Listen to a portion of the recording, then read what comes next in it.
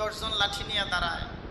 আমার বাবা মা ভাই বেরাদার আত্মীয় স্বজন তারা ক্ষুব্ধ হয়ে লাঠি নিয়ে দৌড়ে আসে। আমার ছেলের গায়ে হাত দিয়েছে, এত বড় সাহস। আর সেই দিন আমার এইগুলো কোনোই কাজে আসবে না। সেই দিন শুধু আমি একা ওই কবরের যাত্রী হয়ে থাকব, অন্ধকার কবরের মধ্যে। সেই দিন কোনো কিছুতে আমার আর কাজে আসবে না। আল্লাহ বলতেছেন, ইয়াউমা লা ইয়ানফাউ মালু ওয়ালা বানুন। আমার আল্লাহ ডাক দিয়ে বিশ্ববাসীকে বুঝিয়ে দেয়, দুনিয়ার মানুষরে খেয়াল করে শোনো, এমন একদিন আসবে, দুনিয়ায় আজকে তোমার পিছনে কত লোক ঘুরতেছে, বন্ধু বান্ধব আত্মীয় স্বজন ভাই বেরাদার পিতা মাতা সবাই তোমাকে কত ভালোবাসে। এমন একদিন আসবে, সেই দিন লা ইয়ানফাউ মালুন, দুনিয়ার এই সম্পদে তোমার কোনো ইয়ানফা করবে না, নফা করবে না, তোমার কোনো উপকার করবে না। ওয়ালা বানুন, ছেলে সন্তানগুলো তোমার কোনো উপকারে আসবে না। এই সম্পদও সেদিন উপকারে আসবে না, আমার ছেলে ফেলে কেউ কোনো উপকারে আসবে না।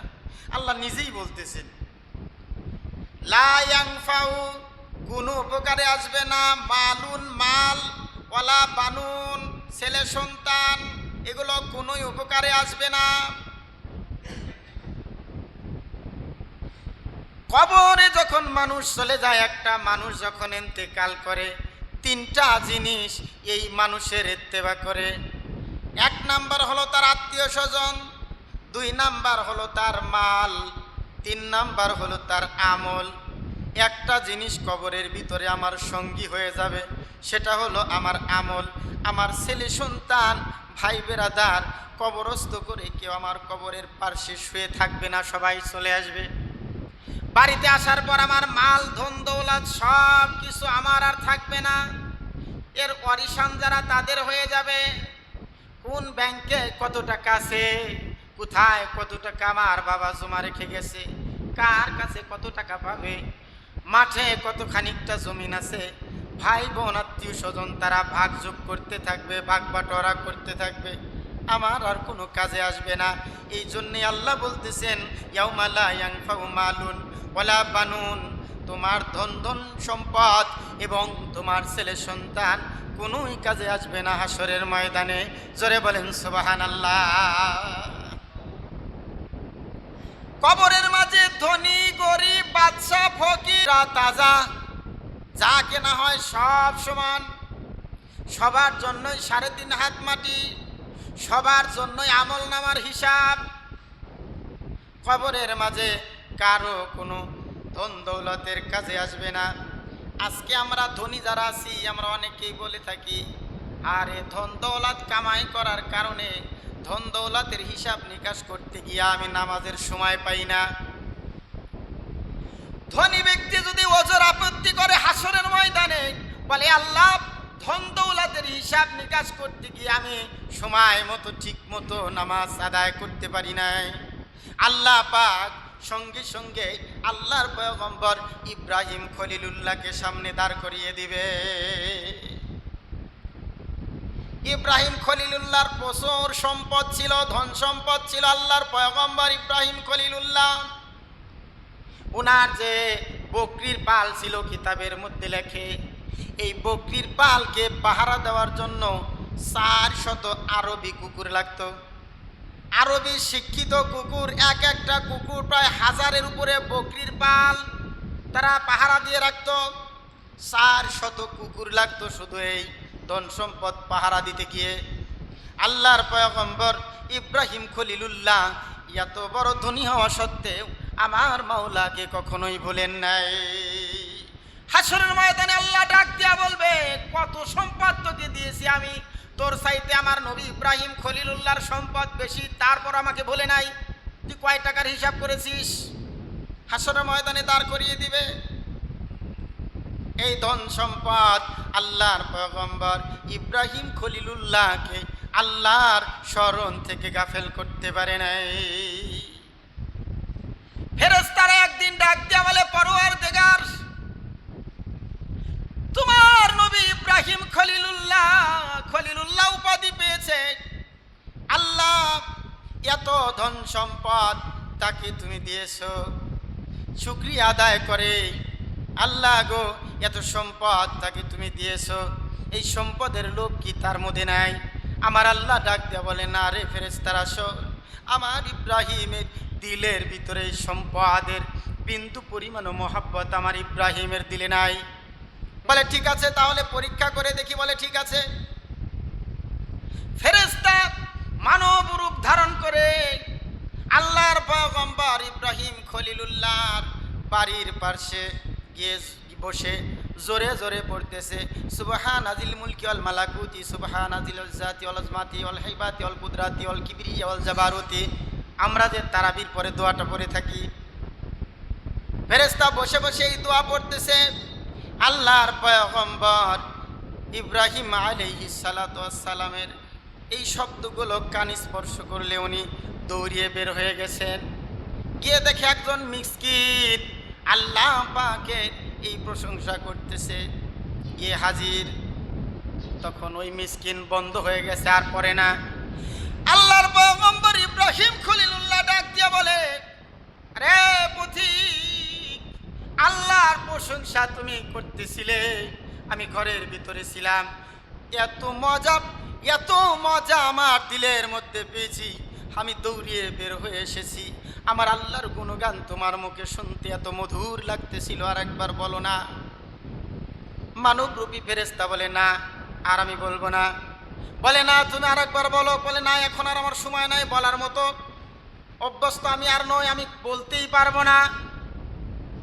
ডাক দিয়ে বলে, ভাইজান, আমার আল্লাহর ওই প্রশংসাগুলো আর একবার যদি তোমার মুখ দিয়ে উচ্চারণ করো, আমার যত সম্পদ আছে অর্ধেক সম্পদ আমি তোমাকে দান করে দিব, তবু আমার মাওলার সেই শব্দগুলো প্রশংসার শব্দগুলো আমাকে আর একবার শোনাও। ফেরেশতা বলে, না আমি শোনাতে পারবো না।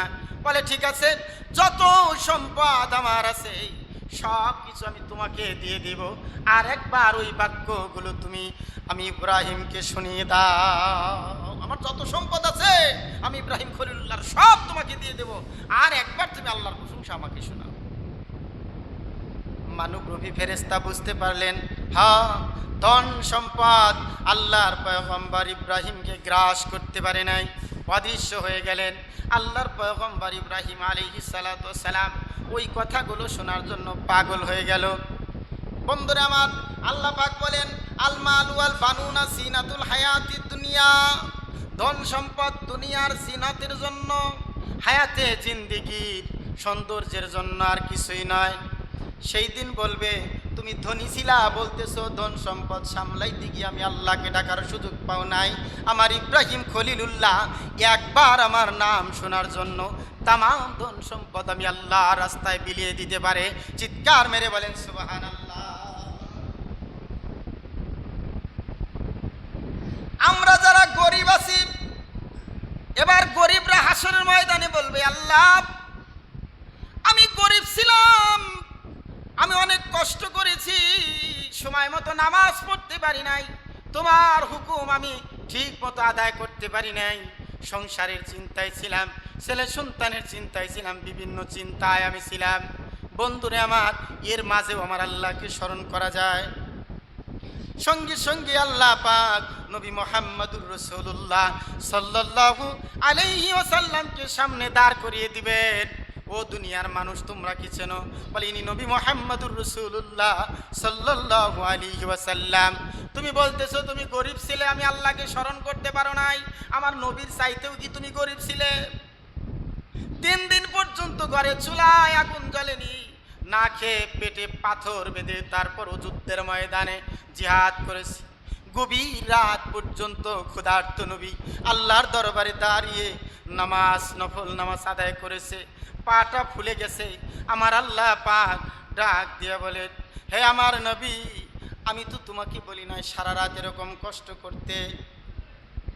ইয়া আইয়ুহাল মুজাম্মিলু কুমিল লাইলা ইল্লা কলিলা, হে কম্বলওয়ালা, কম্বল গায়ে দিয়ে রাত্রিবেলায় নামাজ পড়তেছো, আমি তো বলি নাই সারা রাত তোমাকে কষ্ট করতে। রাত্রের কিছু অংশ আমি আল্লাহকে স্মরণ করলে আমি আল্লাহ খুশি। জোরে বলেন সুবহানাল্লাহ। নবী মুহাম্মদ রাসূলুল্লাহ সাল্লাল্লাহু আলাইহি ওয়াসাল্লামকে সামনে দাঁড় করিয়ে দিবেন। এর চাইতেও তুমি গরিব, তুমি চিন্তা করো তুমি আমি আল্লাহকে স্মরণ করতে পারো নাই, 24 ঘন্টা সময়ের ভিতরে 1টা ঘন্টা দিতে পারো নাই, এ ব্যাপার হইল? রাজা বাদশাদেরকে আমার আল্লাহ ডাক দিবেন, রাজা বাদশারা বলবে, হ্যাঁ বড়োয়ার আলম দিগার, রাজ্য সামলাইতে গিয়া আমি মন্ত্রী ছিলাম, প্রধানমন্ত্রী ছিলাম, আমি অমুক ছিলাম, আমি তমুক ছিলাম, জনগণকে সামলাইতে গিয়ে আমার সারাদিন হ্যস্ত ন্যস্ত হইতে হয়েছে, রাত্রিবেলায়ও সময় নাই আল্লাহ তোমার ইবাদত যেমন করতে পারি নাই, এই কারণে জনগণ সামলাইতে হয়েছে, রাজ্য সামলাইতে হয়েছে, এই জন্য আমি পারি নাই। হাসরের ময়দানে আল্লাহ পাক এই রাজা বাদশাদের সামনে বাদশাহ সুলাইমান আলাইহিস সালাতু ওয়াস সালামকে দাঁড় করিয়ে দিবে। দেখো তো চিনো কিনা, মানে ইনি বাদশাহ সুলাইমান, তাম পৃথিবীর যিনি বাদশাহ ছিলেন বাদশাহ সুলাইমান, ইনি আমার নবী, আমার পয়গম্বর বাদশাহ সুলাইমান। তুমি মাত্র ছোট্ট একটা মানচিত্রের মধ্যে কলম দিয়ে ফোঁটা দিলে এতটুকু একটা জায়গা বাংলাদেশ, এইটা সামলাইতে গিয়ে তুমি নামাজ পড়তে পারো না। আমার নবী সুলাইমানকে আমি আল্লাহ পাক শুধু মানব জাতির জন্য আমি শুধু বাদশাহী দান করি নাই, কীট পতঙ্গ গাছ বৃক্ষ তরুলতা তাম পৃথিবীর যত মাখলুকাত আছে সকলের উপরই আমি আল্লাহ কর্তৃত্ব দিয়েছিলাম, সকলকেই দেখাশোনার ভার দায়িত্ব আমি আল্লাহ দিয়েছিলাম। তারপরও তো আমার নবী সুলাইমান এক মুহূর্ত আমি আল্লাহকে বলে নাই। সুবহানাল্লাহ। আমার নবী সুলাইমান এত বড় বাদশাহী চালানোর বড়, সে নিজের হাতে কামাই করে ব্যাগ সেলাই করে সেইটা বিক্রি করে বাইতুল মাল থেকে কিছু খাইতেন না, তিনি চিন্তা করতেন গরিবের হক বলা যায় না আমার পেটে চলে যাইতে পারে, খাইতেন না। উনি সেইভাবে রাজ্য পরিচালনা করেছেন, রাতভর তাহাজ্জুদের নামাজে দাঁড়িয়েছেন, কত কষ্ট করেছেন। এত বড় বাদশা হওয়ার পর সে যদি সময় পায়, আর তুমি সাধারণ এই পৃথিবীর ছোট একটা রাষ্ট্রের একটা মন্ত্রী বানিয়ে দিছি, একটা বাদশা বানিয়ে দিছি, আর এতটুক সামলাইতে গিয়ে তুমি আমাকে বলতেছো যে আমি বাদশাহিত্ব সামলাইতে গিয়া, রাজ্য সামলাইতে গিয়া, জনগণকে সামলাইতে গিয়া আমি পারি নাই, এইটা হতে পারে না, এই সুতা আমাকে দেওয়া যাবে না। বন্ধুরা আমার,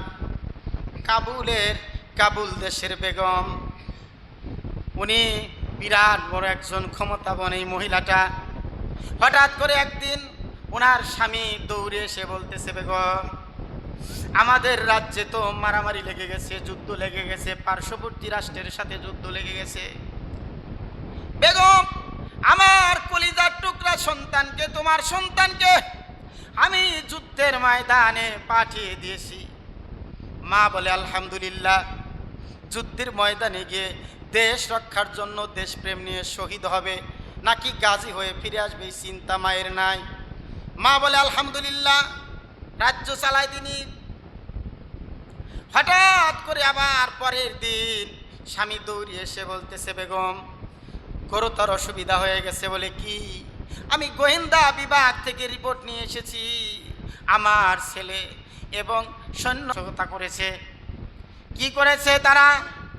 বলে, ও বিবি রে, আমি গোয়েন্দা বিভাগের কাছে জানতে পারলাম প্রথমে তো যুদ্ধে তারা জয়ী হতেছিল, পরবর্তীতে তারা যুদ্ধের ময়দান থেকে পালায়ন করেছে, আমরা পরাজিত হয়েছি। বিবি রে, তোমার ছেলে পরাজিত হয়ে ফিরে আসতেছে। বেগম বলে, না, কশ্চিনকালে ওটা হইতে পারে না, আমি বিশ্বাস করি না, আপনি খোঁজ নিয়ে দেখেন, গোয়েন্দা বিভাগ এটা মিথ্যা খবর প্রচার করেছে। বলে, না, আমি ঘটনা শুনে এসেছি, পরিপূর্ণভাবে সব কিছু বুঝে এসেছি, আমার কাছে এই রিপোর্ট এসেছে। বলে, আমি কশ্চিনকালেও বিশ্বাস করি না। তখন স্বামী চিন্তা করলো, হায় রে, মহিলা মানুষের সাথে তর্ক করাই ব্যথা। উনি মন ভার করে চলে গেলেন। পরের দিন আবার খবর নিয়ে আসলেন, ডাক দিয়া বলে, বিবি রে, আমার ছেলে যুদ্ধের ময়দানে জয়লাভ করেছে। চিৎকার মেরে বলেন সুবহানাল্লাহ। বেগম হেসে উঠলেন, বলে, আমার কথা বিশ্বাস হলো? বলে, কেমন করে তুমি এই কথাটা বললে? গোয়েন্দা বিভাগ যেখানে খবর দিয়েছে সেই খবরটা তুমি একাই নাকচ করে দিলে, এর কারণ? বলে, আমার সন্তান কোনোদিন যুদ্ধের ময়দান থেকে পলায়ন করতে পারে না, আমি বিশ্বাস করি না। বলে, কারণ কি? বলে, এটা গোপনীয় কারণ। বলে, আমি স্বামী, আমার কাছেও বলা যাবে না? বলে, হ্যাঁ বলা যাবে। ডাক দিয়া বলে, যখন আমার গর্ভে ছিল আমি তখন নিয়াত করেছিলাম একটা টাকাও হারাম টাকা আমি ভক্ষণ করব না। শুধু তাই নয়, সন্দেহ সূচক যেটা হারামের কাছাকাছি ওইটাকেও আমি পরিত্যাগ করেছি। আমার সন্তান গর্ভে আমার পেটের ভিতরে হারাম জিনিস ঢুকবে কখনো হইতে পারে না। লা ইয়াদখুলুল জান্নাতা জাসাদুন গুজিয়া বিল হারাম। আল্লাহ রাসূল বলেন যে শরীরটা হারাম টাকা দিয়ে হারাম খাদ্য দিয়ে গঠিত, এই দেহের জন্য জান্নাত হারাম জাহান্নাম তার জন্য ওয়াজিব। বলে ও স্বামী জান, আমি কখনোই হারাম জিনিস ভক্ষণ করি নাই, যেটা সন্দেহ হয়েছে সে খাদ্যটা আমি ছেড়ে দিয়েছি। শুধু তাই নয়, আমার সন্তান যখন জন্মগ্রহণ করলো, আমি যখন সন্তানকে দুধ দিতে যাইতাম ওযু করতাম, 2 রাকাত নফল নামাজ আদায় করতাম। যখনই আমার কলিজার টুকরা সন্তানকে আমি দুধ দিতাম তখনই আমি ওযু করতাম, 2 রাকাত নফল নামাজ পড়তাম। শুধু তাই নয়, যতক্ষণ আমার সন্তান আমার স্তনে দুগ্ধ পান করতেছিল ততক্ষণ পর্যন্ত আমি আমার মাওলা পাকের জিকির করতেছিলাম। সুবহানাল্লাহ। এরকম মা পাওয়া কঠিন। ওযু করে সন্তানকে দুধ দিবে, আবার জিকিরের সহিত দুধ দিবে। এক হাতে টিকটক ফেসবুক টুইটার চালাইতেছে, আর একদিকে সন্তানকে দুধ দিতেছে।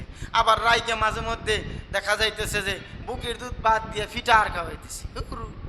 আমার শরীরটা নষ্ট হয়ে যাবে, ফিগার নষ্ট হয়ে যাবে। এরকম বহু মা আছে। টিভি দেখতেছে, সন্তানকে দুধ দিতেছে।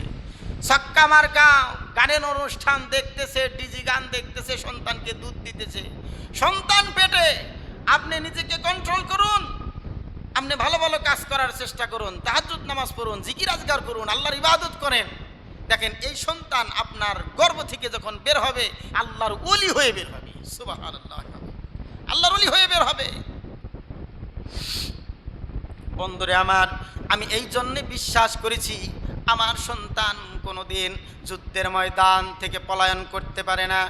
হারাম জিনিস ভক্ষণ করে যদি কোনো সন্তানকে জন্ম দেওয়া হয়, হয়তো সে চরিত্রহীনা হবে, হয়তো সে চরিত্রহীনা হবে আর বদ মেজাজ হবে। এই 2টা জিনিস তার হবেই। এই জন্যে আমার সন্তান যখন আমার গর্ভে ছিল কোনোদিন আমি হারাম খাই নাই। দুধ দেওয়ার সময় ওযু করে 2 রাকাত নফল নামাজ পড়ে জিকিরের সহিত আমি আমার সন্তানকে দুধ পান করিয়েছি। এই জন্য আমি বুকে হাত দিয়ে বলতে পারি আমার সন্তান যুদ্ধের ময়দানে শহীদ হবে, কিন্তু পলায়ন করে যুদ্ধের ময়দান থেকে ফিরে আসতে পারে না। সুবহানাল্লাহ। হয় যুদ্ধে জয়লাভ করবে, না হয় যুদ্ধের ময়দানে শহীদ হবে, কিন্তু যুদ্ধের ময়দান থেকে কাপুরুষের মতো পলায়ন করে আমার সন্তান কখনোই আসতে পারে না। সে শিক্ষা আমার সন্তানকে আমি দেই নাই। সুবহানাল্লাহ ওয়া বিহামদিহি। বন্ধুরে আমার, টাকা পয়সা ধন দৌলত থাকলে কি এর মধ্যেও বুজুর্গ হওয়া যায়? অনেকেই মনে করে সম্পদ সামলাইতে গিয়া নামাজ পড়তে পারে না, বাদশাহিত্ব সামলাইতে গিয়া কাবুলের এই বেগম সে যদি এত বড় মুত্তাকিনী পরহেজগারিনী একজন বান্দি হইতে পারে। আমার কয় টাকার ব্যবসা কারবার, যেই কয় টাকার ব্যবসা কারবারে আমাকে দিন থেকে সরিয়ে নিয়ে যাচ্ছে। জোরে জোরে বলেন নাউজুবিল্লাহ। আল্লাহ এই জন্য বলতেছেন লা ইয়ানফাউ, কোনো উপকারে আসবে না, মালুন মাল ওয়ালা বানুন, ছেলে সন্তান সেই দিন কোনো উপকারে আসবে না। কি উপকারে আসবে? দ্বিতীয় আয়াতে আল্লাহ বলতেছেন ইল্লা মান আতাল্লাহ বিকলবিন সালিম। একটা জিনিস বান্দার হাসরের ময়দানে উপকার আসবে। আল্লাহ পাক বলেন মান আতাল্লাহ, যে ব্যক্তি নিয়ে আসতে পারবে আল্লাহর কাছে বিকলবিন সালিম, কলবে সালিম, বিশুদ্ধ অন্তর, বিশুদ্ধ কলব। পুরা কোরআন শরীফের ভিতরে এই কলব শব্দটা 132 বার এসেছে বিভিন্ন সিগা অনুযায়ী। পুরা কোরআনে 132 বার এই কলবটা এসেছে। কলব মানুষের 3 প্রকার, কলবে মারিজ, কলবে মাউত আর কলবে সালিম। 1 নাম্বার হলো কলবে মারিজ, সেটা হলো অসুস্থ অন্তর। কলবে মারিজ সেটাও অসুস্থ অন্তর, ব্যাখ্যা দিতে গেলে বহু সময় লাগবে, ছোট্ট করে শুনেন। কলবে মারিজ বলা হয় যে অন্তরটা ভালো কাজের জন্য মানুষকে উদ্বুদ্ধ করে না, খারাপ কাজের দিকে পাপাচারের দিকে মানুষকে ধাবিত করে, ওইটা কলবে মরিজ, অসুস্থ হয়ে গেছে। ভালো কাজও ভালো লাগে, আবার খারাপ কাজও ভালো লাগে, নামাজ পড়তেও ভালো লাগে, আবার খারাপ কাজে ঢুকতেও ভালো লাগে। এটা হলো কলবে মরিজ, অসুস্থ অন্তর, একটু ভালো একটু খারাপ, এই সুস্থ এই অসুস্থ, এটা বলা হয় কলবে মরিজ। 2 নাম্বার হলো কলবে মাউত। কলবে মরিজ সম্পর্কে বহুগুলো আয়াত আসছে এখানে। কলবে মরিজ সম্পর্কে প্রায় 12-13টা আয়াত আসছে, পড়ে পড়ে শোনানোর মতো সময় আমার কাছে নাই। বন্ধুরে আমার, এবার শোনেন কলবে মাউত কাকে বলা হয়। ওয়ালাকাদ যারানা লিজাহান্নামা কাসীরাম মিনাল জিন্নি ওয়াল ইনস লাহুম কুলুবুল লা ইয়াফকাহুনা বিহা ওয়ালাহুম আয়ুনুল লা ইবসিরুনা বিহা ওয়ালাহুম আযানুল লা ইয়াসমাউনা বিহা উলাইকা কাল আনআম বাল হুম আযাল উলাইকা হুমুল গাফিলুন। আল্লাহ বলেন ওয়ালাকাদ যারানা লিজাহান্নামা কাসীরাম, কাসীর শব্দের অর্থ বেশি। আল্লাহ বলেন অধিক মানুষ আমি বানিয়েছি, জাহান্নামের ইন্ধন হিসাবে আমি জাহান্নামে দেব। অধিক মানুষ বানিয়েছি, না জানি আল্লাহ পাক ওইখানে আমার নাম লিখেছে কিনা জানি না। আল্লাহ বলেন অধিক মানুষ আমি বানিয়েছি জাহান্নামে দেওয়ার জন্য। তারা কারা? লাহুম কুলুবুল লা ইয়াফকাহুনা বিহা। আল্লাহ বলেন আমি তাদেরকে নলেজ দিয়েছি, ব্রেন দিয়েছি, বিবেক দিয়েছি, বুদ্ধি দিয়েছি, জ্ঞান দিয়েছি, এর দ্বারা ইয়াফকাহুনা, তারা চিন্তা ভাবনা গবেষণা করে না। আমি কই থেকে আসলাম, কই আমাকে যেতে হবে, আমার দায়িত্ব কি, কর্তব্য কি, কেন আল্লাহ বানিয়েছেন, এই চিন্তা এরা করে না। এরা চিন্তা করে আকাশে কেমন করে বিমান উড়ানো যাবে, এরা চিন্তা করে গভীর সমুদ্রের তলদেশে সাবমেরিন কেমনে বানানো যাবে। এই ব্রেন খাটানোর জন্য আল্লাহ আপনাকে দেয় নাই। আল্লাহ চিন্তা গবেষণা করার জন্য, আল্লাহ অন্য আয়াতে বলেন চিন্তা গবেষণা করার জন্য আল্লাহ আপনাকে পাঠিয়েছে। গাছটা কেমন করে ফল দিতেছে, আম গাছে আম, কাঁঠাল গাছে কাঁঠাল, লাউ গাছে লাউ, বিভিন্ন ফলের বিভিন্ন স্বাদ, এগুলো দেন কে? আল্লাহ দিচ্ছেন। এই গবেষণা করার পর চিন্তা করবেন একজন নিশ্চয় আছে, চন্দ্র গ্রহ নক্ষত্র তারকা নেবুলা ছায়াপথ গ্যালাক্সি এগুলো চালাচ্ছেন কে? আল্লাহ তাআলা একজন অবশ্যই আছেন। এই চিন্তা করার পর বান্দা সিজদায় পড়ে যাবে আল্লাহর দরবারে। আল্লাহ বলেন এই চিন্তা না করে বান্দা বিমুখ হয়ে গেছে, উলাইকা কাল আনআম। আল্লাহ বলেন আমি চোখ দিয়েছি, চোখ দিয়ে তারা দেখে না, আমি কান দিয়েছি, আমি আল্লাহর উপদেশ তারা শোনে না। উলাইকা কাল আনআম, এরা চতুষ্পদ জন্তুর ন্যায়। শুধু তাই নয়, আমার আল্লাহ বলেন এর চাইতেও এরা খারাপ। কারণ এগুলো গবেষণা করে না, চিন্তা করে না, আল্লাহর দিনের রাস্তায় আসে না। তখন বুঝবেন এর কলবটা কি হয়েছে, মরে গেছে। কলবে সালিম নিয়ে 2টা আয়াত আসছে।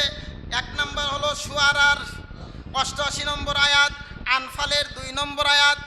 এই 2টা জায়গায় আল্লাহ পাক কলবে সালিমের কথা উল্লেখ করেছেন। এই কলব 3 প্রকার। আল্লাহ বলেন ইল্লা মান আতাল্লাহা বিকলবিন সালিম, আল্লাহর কাছে যে পরিশুদ্ধ আত্মা নিয়ে হাসরের ময়দানে আসতে পারবে। ওয়া উজলিফাতিল জান্নাতু লিল মুত্তাকিন, আল্লাহ বলেন আমি তাকে কি দেব? মুত্তাকিন বান্দার জন্য তখন কি হয়েছে? আল্লাহ তাআলার দেওয়া জান্নাত, প্রতিশ্রুতি জান্নাত। 3টা কলব আল্লাহ তাআলা বান্দাকে দেন। একটা হলো কলবে মরিজ, কারো অন্তরটা অসুস্থ, ভালো কাজও ভালো লাগে, খারাপ কাজও ভালো লাগে, এটা হলো কলবে মরিজ, অসুস্থ। এর চিকিৎসা করা দরকার, এর চিকিৎসা করা দরকার। ভালো কোনো আলেমের কাছে যায়, ভালো কোনো শাইখের কাছে যায়। 2 নম্বর হলো কলবে মাউত, অন্তর একদম মরে গেছে, অন্তরে একদম মরে গেছে, এর কিছুই মানে না। এবার হলো কলবে সালিম, সালিম অন্তর, যেটা আল্লাহর নাম শোনার সঙ্গে সঙ্গে দিলের ভিতরে কম্পন সৃষ্টি হয়ে যায়। আজান দিলে দিলের মধ্যে কম্পন সৃষ্টি হয়ে যায়, এখন নামাজ পড়তে হবে। আজান দিলে দৌড়িয়ে মসজিদে হাজির হয়, আজান দিলে বাড়িতেই হোক সেখানেই নামাজ পড়ে নেয়, যে আল্লাহর ডাক এসে গেছে, সঙ্গে সঙ্গে সেইখানে হাজির হয়। এটা হলো কলবে সালিম। আল্লাহ পাক আমাদের সকলকেই কলবে সালিম, আমাদের কলব অন্তরকে আল্লাহ তাআলা কলবে সালিম হিসাবে কবুল করুন। সকলে বলেন আমিন।